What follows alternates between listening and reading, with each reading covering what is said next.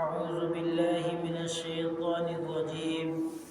بسم الله الرحمن الرحيم.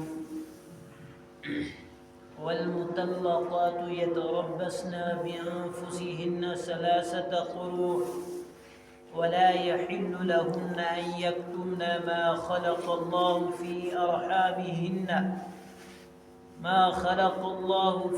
أرحامهن إن كن يؤمن بالله واليوم الآخر وبعولتهن أحق بردهن في ذلك إن أرادوا إصلاحا ولهن مثل الذي عليهن بالمعروف وللرجال عليهن درجة والله عزيز حكيم.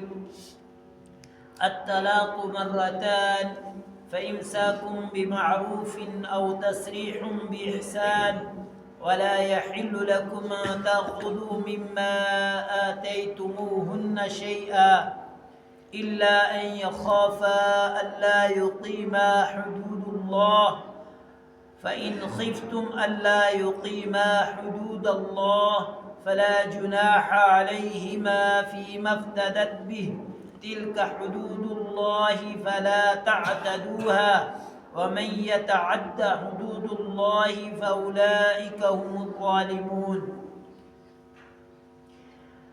والمطلقات يتربصن بأنفسهن ثلاثة قروء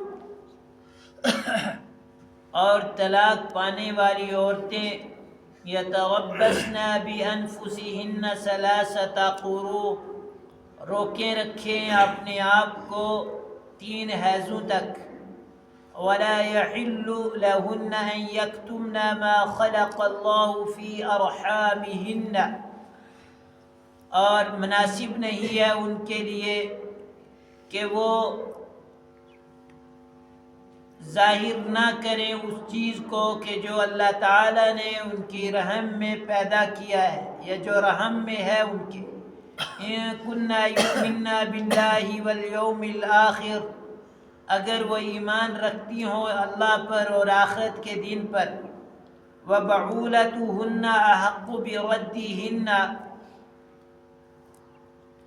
في ذلك إن أرادوا إصلاحا اور خامدوں کو ان کے روک لینے کا زیادہ حق ہے اگر وہ اصلاح کی نیت رکھتے ہوں، اصلاح کا ارادہ رکھتے ہوں. وَلَهُنَّ مِثْلُ الَّذِي عَلَيْهِنَّ بِالْمَعْرُوفِ اور ان کا حق مردوں کے اوپر ایسا ہی ہے. وَلَهُنَّ مِثْلُ الَّذِي عَلَيْهِنَّ بِالْمَعْرُوفِ اور عورتوں کا حق مردوں کے اوپر بدستور ایسے ہی ہے جیسے کہ مردوں کا عورتوں کے اوپر حق ہے. وَلِلرِّجَالِ عَلَيْهِنَّ دَرَجَةٌ اور البتہ مرد کو عورتوں پر فضیلت دی گئی ہے. واللہ عزیز حکیم اللہ زبردست ہیں اور حکمت والے ہیں. قرآن کریم کی یہ آیت اس سے قبل والی آیت کے اندر ایک خاص قسم کے طلاق کو بیان کیا گیا تھا تفصیل کے ساتھ، اور اس کو ایلا کہا جاتا ہے جو قسم کے ذریعے سے طلاق واقع ہوتی ہے. اور شریعت مطہرہ نے اس کی وضاحت کی. اور ایلا جہاں اللہ تعالیٰ کی ایمان والوں پر مردوں اور عورتوں پر بہت ساری نعمتیں ہیں، ان نعمتوں میں ایلا کا حکم بھی بڑا حکم ہے. اس کی وجہ یہ ہے حالانکہ اللہ کے نبی صلی اللہ علیہ وسلم نے ارشاد فرمایا کہ اللہ کے ہاں مباح چیزوں میں سب سے ناپسند جو چیز ہے وہ طلاق ہے. مباح تو ہے طلاق، لیکن اللہ کے ہاں جو ناپسند چیز ہے مباح چیزوں میں وہ طلاق ہے. لیکن ایلا کا حکم آنا اور عورتوں کے ساتھ حقوق کا مل جانا، عورتوں کو ان کے حق کا ملنا، یہ اللہ کی طرف سے بہت بڑی رحمت ہے. میں نے بتایا تھا کہ ایلا اصل میں حکم یہ آیا کہ اسلام سے پہلے کفار و مشرکین یا یہود و نصارہ کا الگ الگ نظریہ تھا اپنی عورتوں کے متعلق، اور ان میں سے ایک الہ کی قسم یہ تھی کہ مرد عورت کو، اگر مرد اور عورت کی آپس میں نہیں بن پائی نکاح کے بعد اور اختلاف ہو گیا، تو مرد عورت کے ہاتھ میں کچھ نہیں ہوتا تھا، نہ کوئی قاضی اس کا فیصلہ کر سکتا تھا، نہ اس کے ماں باپ اس کا کوئی فیصلہ کر سکتے تھے، نہ وہ بذات خود کوئی فیصلہ لے سکتی تھی، یعنی وہ ایک مجبور محض بنی ہوئی تھی۔ اور مرد کیا کرتے تھے کہ اگر پسند نہیں آیا تو اس کو لٹکا دیتے تھے قسم کھا کے کہ مجھے قسم ہے میں تیرے پاس تک نہیں آؤں گا، مجھے قسم ہے میں تیرے ساتھ سلوک نہیں کروں گا۔ اب یہ عورت، یعنی اس کے قسم کا مطلب یہ ہوتا تھا کہ اب اس کے ساتھ بیوی کے جیسا سلوک نہیں کروں گا، تو گویا اب بیوی اس پر کچھ نہیں کر سکتی تھی۔ وہ قسم کو پورا کرتا تھا اور بیوی ہمیشہ کے لیے لٹکی رہتی تھی، نہ طلاق کے حق میں رہتی تھی اور نہ اس کو بیوی بن کے رہنے کا حق دیا جاتا تھا۔ یہ حالت تھی۔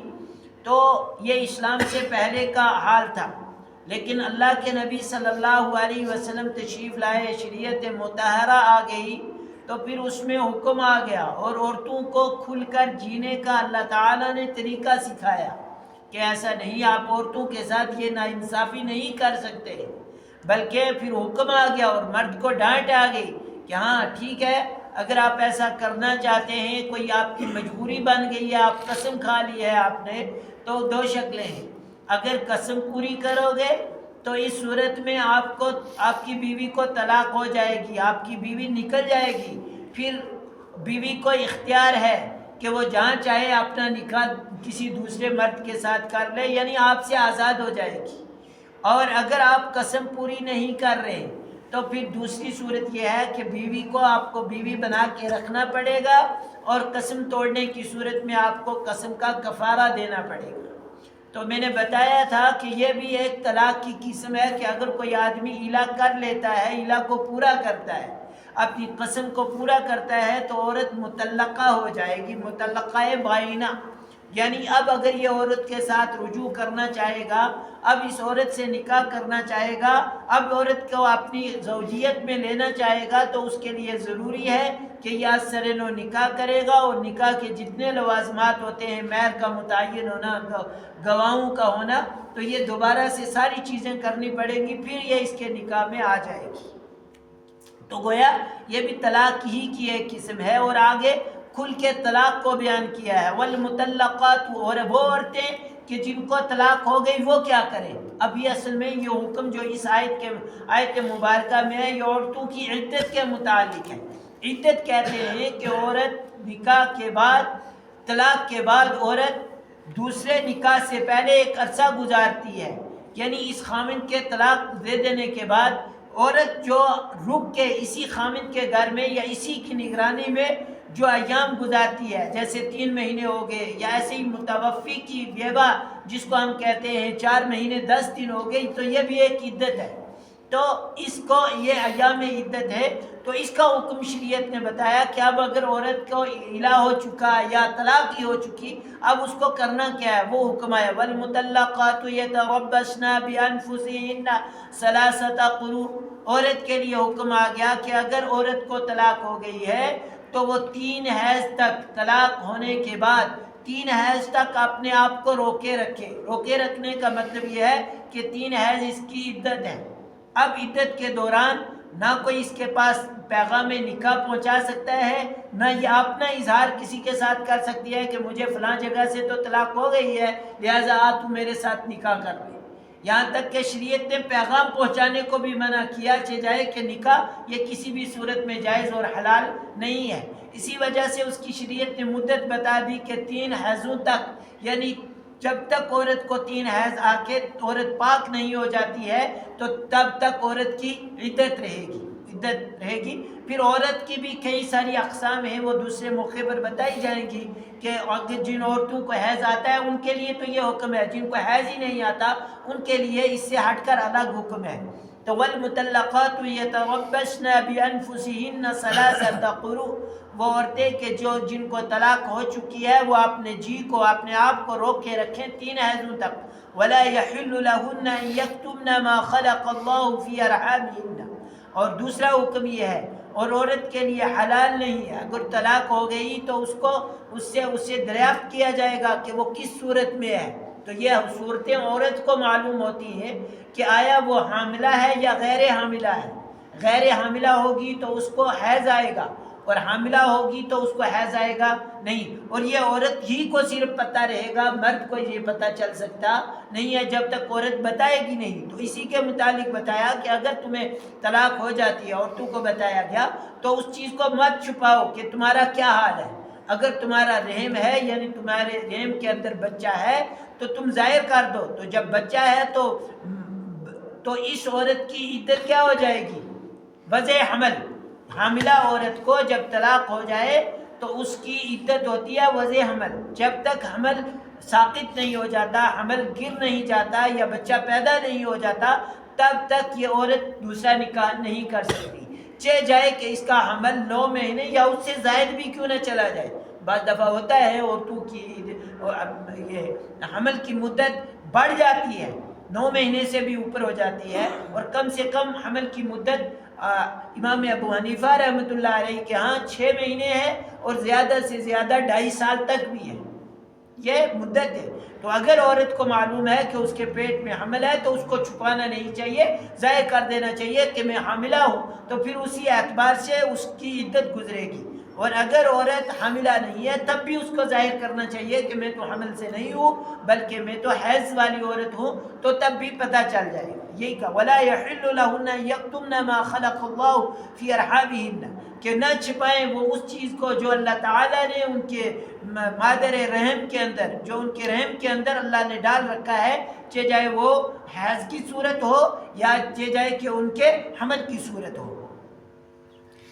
ارحم ان کن یؤمن باللہ والیوم الاخر، لیکن یہ عورت وہی کرے گی جس کو اللہ پر اور آخرت کے دن پر ایمان ہے. وہ کسی چیز کو چھپائے گی نہیں، وہ اپنی حالت کو ظاہر کر دے گی. وَبَعُولَتُهُنَّ أَحَقُّ بِرَدِّهِنَّ فِي ذَلِكَ إِنْ أَرَادُوا إِصْلَاحًا. آگے ایک اور حکم بتایا ہے. حکم یہ ہے کہ بسا اوقات کیا ہوتا ہے، لڑائی ہوئی، میاں بیوی کا جھگڑا ہوا، آپس میں بحث مباحثہ ہو گیا، خامن جوش میں تھا، اس نے اٹھ کے طلاق دے دی. لیکن جب غصہ ٹھنڈا ہوا، ہوش ٹھکانے لگا، تو اب پتہ چلا کہ میں تو بہت کام خراب کر چکا ہوں، مجھے ایسا نہیں کرنا چاہیے تھا. یا کوئی دوسرے اسباب ہوں، جیسے اولاد کا سبب ہے، اولاد ہے اور ایسی اولاد ہے کہ جس کو ماں کے بغیر کوئی نہیں سنبھال سکتا ہے.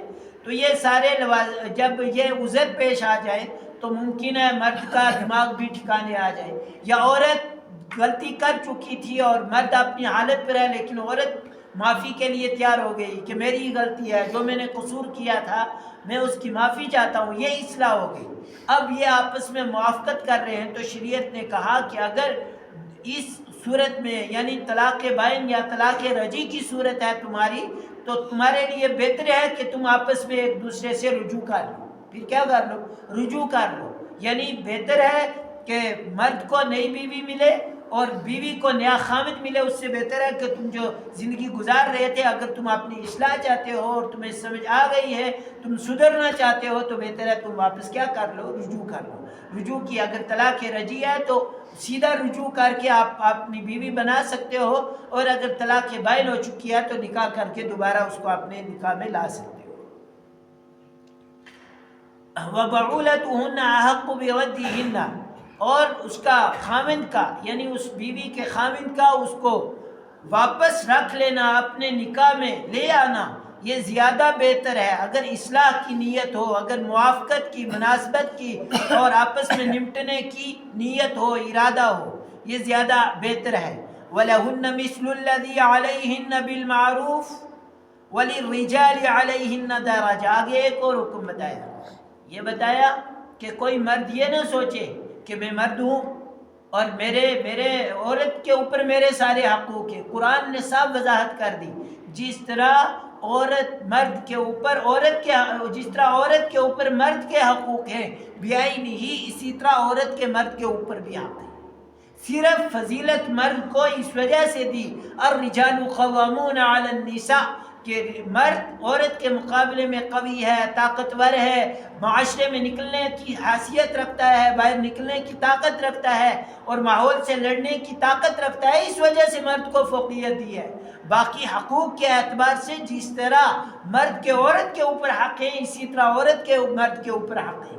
اگر عورت مرد کے حقوق میں کوتاہی کر رہی ہے اور مرد عورت کے حقوق میں کوتاہی کر رہا ہے تو دونوں مجرم ہیں، دونوں مجرم ہیں۔ یعنی کہ عورت کوتاہی کرے تو وہ مجرم ہے اور مرد کوتاہی کرے تو وہ کوئی مجرم نہیں ہے۔ میں نے اس سے پہلے 3 4 5 6 آیتیں پہلے ایک بات کو ذکر کیا تھا، اللہ کے نبی صلی اللہ علیہ وسلم کی حدیث کا ذکر ہوا تھا۔ اللہ کے نبی صلی اللہ علیہ وسلم سے پوچھا گیا اور اللہ کے نبی نے خود صحابہ سے سوال کیا، تم جانتے ہو بہترین صدقہ کیا ہے؟ تو اللہ کے نبی صلی اللہ علیہ وسلم نے ارشاد فرمایا پھر خود ہی کہ بہترین صدقہ وہ ہے کہ جو اپنے اہل و عیال پر اور خامد کا اپنی بیوی پر خرچ کرنا ہے۔ کوئی کسی کے اوپر تبھی خرچ کرے گا، اس کے ساتھ محبت ہوگی، انسیت ہوگی، اس کے ساتھ موافقت ہوگی، مناسبت ہوگی۔ تو گویا جس طرح عورت کے اوپر مرد کا حق ہے، اسی طرح مرد کے اوپر عورت کا حق ہے۔ ان چیز کو حقوق کی رعایت کرنا بہت لازمی ہے، بہت۔ الذی علیہن بالمعروف ان ارادوا اصلاح ولہن مثل الذی علیہن بالمعروف، لیکن دستور کے مطابق جہاں مرد کا حق ہے وہاں مرد ادا کرے، جہاں عورت کا حق ہے وہاں عورت ان کے حقوق کی رعایت رکھے۔ وَلِلرِّجَالِ عَلَيْهِنَّ دَرَجَةٌ، البتہ اتنی بات ہے کہ مرد کو عورت کے اوپر تھوڑی فضیلت بخشی گئی ہے، اس کی طاقت، اس کی قوت اور اس کے معاشرتی اعتبار سے، باقی سب کے سب برابر ہیں۔ واللہ عزیز حکیم، بے شک اللہ تعالیٰ زبردست ہیں اور حکمت والے ہیں۔ زبردست ہیں، اگر کوئی غلطی کرے گا اللہ پکڑنے کی طاقت رکھتے ہیں، اور حکمت اللہ تعالیٰ کی تمام اعمال کے اندر، افعال کے اندر یہ ہے کہ مرد کو مرد کا درجہ اس کی طاقت کے اعتبار سے دیا اور عورت کی خدمت، عورت کی ذمہ داری مرد کے سر اس وجہ سے ڈال دی کہ عورت کمزور ہے۔ اگر ماں ہے مرد خدمت کرے گا، بیٹا ہے تو اس کو اس کے پاؤں کے نیچے جنت اللہ نے رکھ دی۔ عورت بیوی ہے، اس کی خدمت کرے گا، اس کے ساتھ حسن سلوک کرے گا۔ اللہ کے نبی صلی اللہ علیہ وسلم نے ارشاد فرمایا کہ جو عورت کے ساتھ، اپنی بیوی کے ساتھ حسن سلوک کرتا ہے تو وہ گویا بہترین دین اور بہترین اخلاق اور بہترین اسلام کا حامل ہے۔ اور اگر بہن ہے تو ایک بھائی مرد ہونے کی حیثیت سے بہن کی خدمت کرتا ہے، اس کے ساتھ حسن سلوک کرتا ہے، بہن کے حقوق کی رعایت کرتا ہے، تو اللہ کے نبی صلی اللہ علیہ وسلم نے ارشاد فرمایا کہ کل قیامت میں اور وہ اس طرح ہوں گے جس طرح میری شہادت کی اور درمیان کی انگلی ہے۔